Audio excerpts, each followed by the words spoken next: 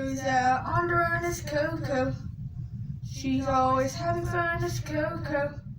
Her adventures big and small, she will take us through all crazy adventures of CoCo.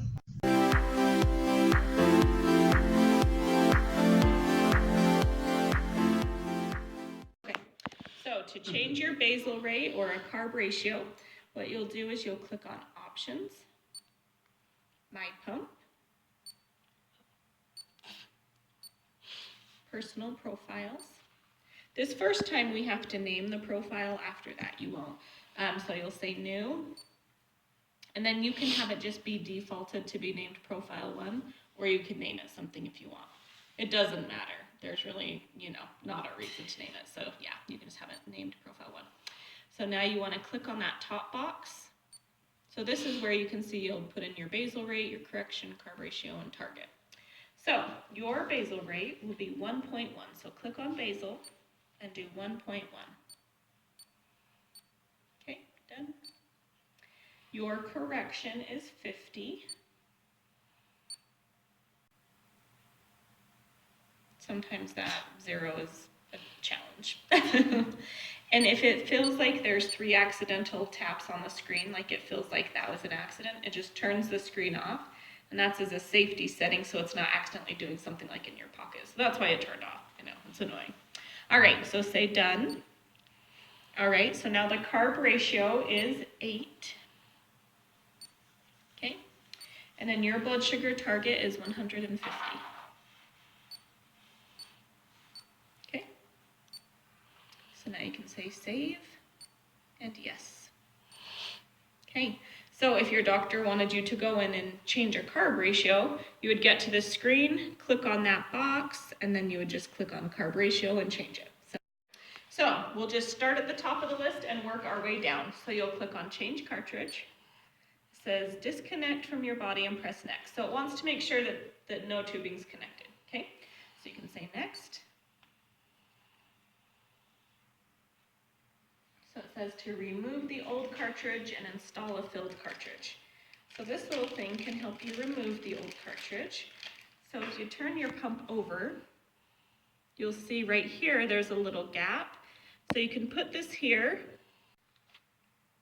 Yep, and then just leverage it out.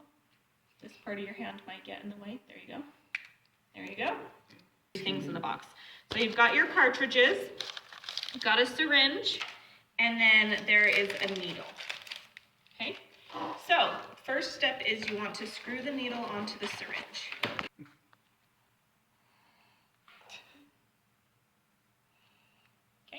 Now you pull the needle cover straight off. Perfect. So this is a brand new vial, so you can just pop off the top and fill this with air and put the air in here. So you're replacing the insulin you're going to take out with air. Does that make sense? And then push the air down. Once the air is down, you can flip it so that the vial's on top. Now, have you ever seen on a movie when there's like an air bubble and someone dies? Just so you know. So, we avoid air bubbles just because it takes the place of units. If there's an air bubble in your tube, it means you'll be short on your dose. So that's why we try to get rid of air bubbles, but if there is a little air bubble, you will be safe. It's all good. Pull the saline down, so I want you to try it. It feels really awkward. You'll get to the point where it's not awkward, but... Okay. Did you go all the way to the 200? So you see that big air bubble right there? So you want to have back. it all the way vertical so the air bubble floats to the top. Now push And that push the air bubble back up in there. So you're not quite going straight down. Let's have it more like that. There you go. Pull up on the plunger, so like this. Can you see that big air bubble coming in? You just need about 1 air bubble. That just makes it easier for the insulin to go in. So if it feels like it's hard to push the insulin in, it might be because you forgot to do the air bubble. So now you can just push the insulin down into the cartridge. Now if it feels like it's hard, you can always take the needle out and reposition it to see if you get a better spot for pushing it down. Once it's all the way in, you can just leave your finger on the plunger and then just pull it out of the cartridge. There you go. On right here until it clicks. Okay.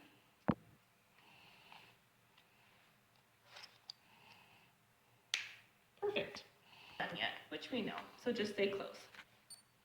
All right, so it says to remove the old cartridge and install a filled cartridge. So we've done that. So now you can do that blue unlock. So it's saying, okay, it should look like this. So you can say next. And now it's making sure you loaded enough insulin.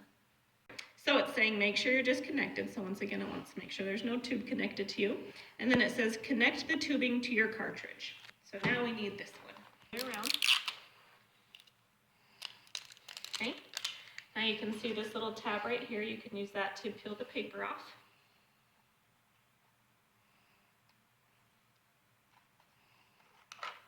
Okay. So now on this other side, you can use this little lip to just pop off the top. Not. There you go. All right, so now we need to unwind the tubing. So can you see how it's hooked right there? So you want to just kind of unhook it. So usually people press down a little bit, unhook, there you go, and then unwind. Perfect.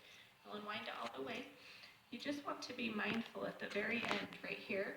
You don't want to pull up because it could pull it off the needle and then this whole thing's wasted. All right, so you'll notice that when it's screwed on tight, there's still a little gap. That's normal. She's like, Yeah. Focus. All right, so now what we need to do is fill this tube with insulin because right now it's just full of air. So let's turn the pump on.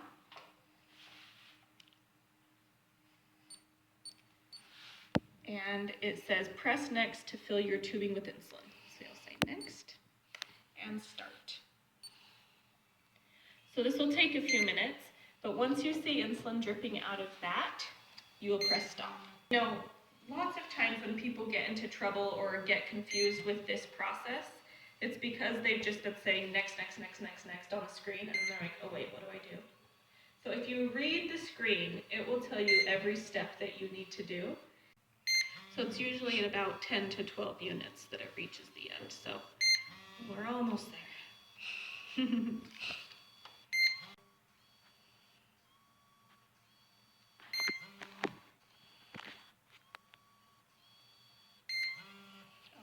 Right there.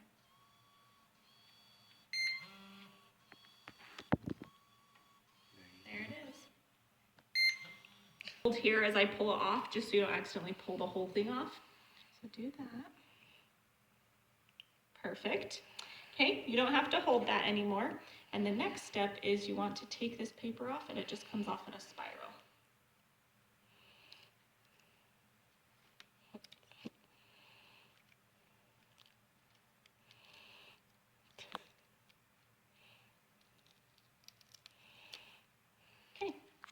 So now we need to caulk it, like get the spring-loaded thing ready. So I'll show you how to do it and then I'll have you do it.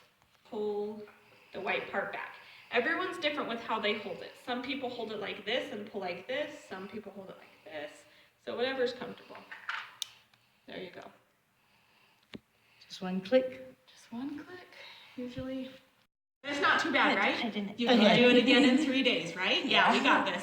Okay, so after you've squeezed, I like to just tap this white part. That just sticks down the sticky sticker. Then you just go like this. You pull the whole thing out. There is the needle. Now you just have the little tube. So you can say close. So this is saying if you saw drops, press done. You know, after we had it drip out, we just forgot to say done. So you can say done. So now click on fill cannula. And then it's saying insert your infusion set and press next to fill. So next, yep. And then the 0.7 is correct. So you can just say start. So it'll just fill that little tube in your stomach with insulin and then it will stop once it's done the 0.7 of a unit. So the very last step is you can set a reminder for it to remind you to change your infusion set in 3 days. So if you want that reminder on, it's going to remind you Saturday at 11. If you want it off, you can turn it off. What do you want? Edit it on, I think. Okay. Okay, so you can say save. And you can always edit the times and then pull out. So you just squeeze these little things. Then The Dexcom, yeah. This thing. click it on. It doesn't matter if it's this way or this way. It's all the same. So you'll just put it on, and then you just want to hear a little click to make sure it's connected. It's like a seatbelt, like a Yeah. car Exactly. There you go. Okay, so you'll click there where it says bolus. So right here on the grams, you can type in how many carbs you're eating. One cool thing is you can do that like a calculator. So you could say 14 plus 8 plus 27, and it will add it for you. Or if you just know the total, you can type in the total. So just do a random carb amount. Okay.